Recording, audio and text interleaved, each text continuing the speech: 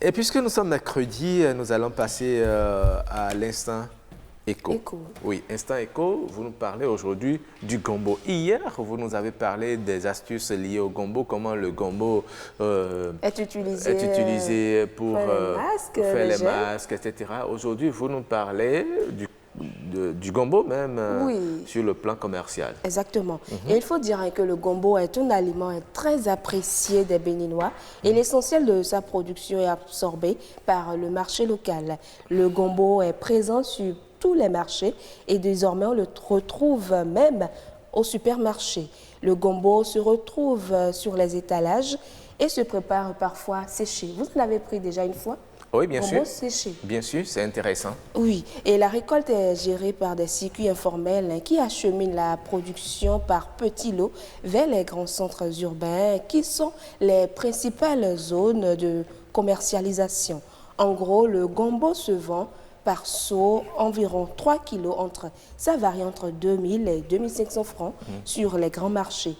En détail, il se vend par lot de 5 et à 10 à 100 francs et ça varie en fonction de la saison, selon le quartier et les calibres. Le gombo se cultive en plein soleil et dans un sol pauvre et sableux. Il a besoin quand même de chaleur pour grandir.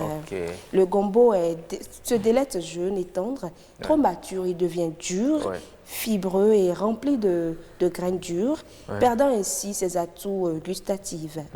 C'est à ce moment-là qu'il faut sécher. Il faut sécher et après vous allez piler, on pile, l'avoir en poudre. On récupère la poudre et puis voilà. Vous faites votre sauce, tout simplement.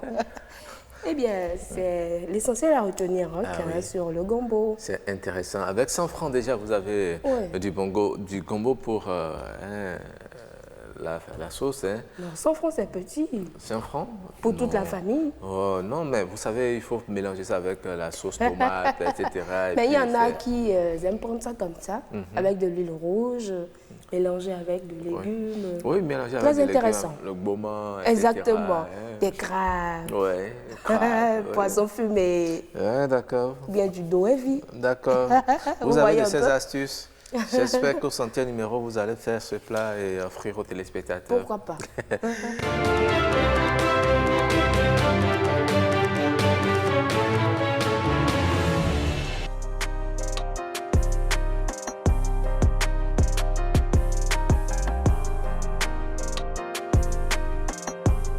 ne faut pas se mettre au travers de la porte, du portail, de la porte d'entrée.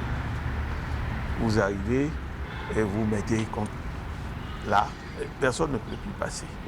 Ouais. Vous pouvez entendre dans votre dos Tchole Mondinam.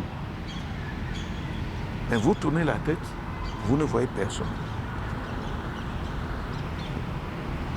C'est un esprit d'un défunt de la maison qui sortait. Parce qu'on sait que tu es une habituée ou bien tu es un habitué de ce genre pour te punir. Il le dit. Tu tournes la tête, tu ne le vois pas. À partir de cet instant même, tu commences à avoir la fièvre. Et il faut vite en parler. Il faut vite en parler. Et comme ça, on peut te venir au secours. Sans quoi tu te tais, personne ne te regarde, mais tu en meurs. C'est au dernier moment que tu vas vouloir parler, mais c'est déjà trop tard. Irago Diop l'a bien dit, les morts ne sont pas morts. Il faut le savoir, les morts ne sont pas morts. Bon, tel que les choses se passent, on se rend compte qu'effectivement les morts ne sont pas morts. Ils sont là, ils sont dans l'air qui souffle, ils sont dans le feu, ils sont dans la chambre à coucher, ils sont partout. Donc, sachez que ceux-là, nous devons toujours les respecter. Ce n'est pas parce qu'ils sont absents, ils ne sont plus visibles que nous pouvons nous moquer d'eux.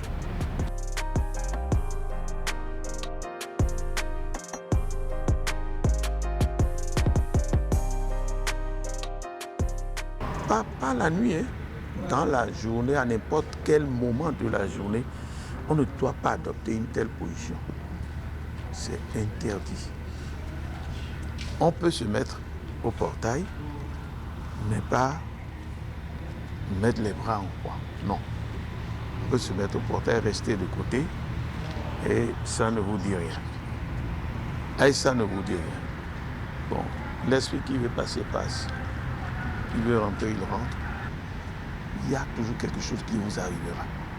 Quand vous continuez, parce qu'au moment où vous êtes en train de poser les actes, d'autres personnes avisées sont là et vous disent, vous réprimandent. Ne continuez plus, ne continuez plus. Afin de continuer, vous avez quelque chose par la suite. C'est pour cela que quand on vous dit, on ne le fait pas, ne dites pas, oh, votre temps est dépassé. Non, non, non, non. Le temps n'est jamais dépassé.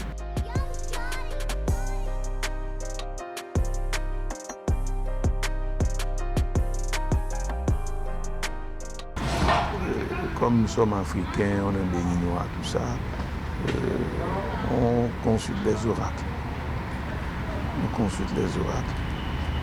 Et c'est en les consultant qu'on vous informe de ce qui se passe. Et s'il y a quelque chose à faire dans ce domaine, on le fait. Vous voyez le problème? Mais quand les parents ne sont pas avertis, il doit avoir un signe, on verrait que celui-là, le mal dont il souffre, ce n'est pas naturel. Surtout ça, ce n'est pas naturel. C'est ça qui fait que nous devons nous approcher de ceux qui sont nos aînés. Et les parents doivent savoir qu'il y a encore des choses, il y a des restrictions qu'il faut prendre. Il faut toujours avoir la bonne position.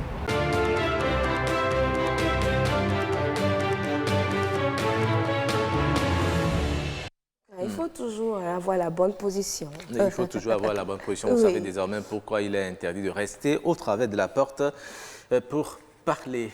Oui, les morts ne sont pas morts. Oui, ils sont là, vous entravez la porte, ils ne peuvent plus entrer dans la maison. Oui, c'est ça. Donc, il faut faire attention. Et notre invité du prénom africain, il a admiré, il a suivi studieusement ses propos. Bon, en tout cas, nous allons en parler. Peut-être que c'est aussi pareil dans sa culture, on ne sait pas.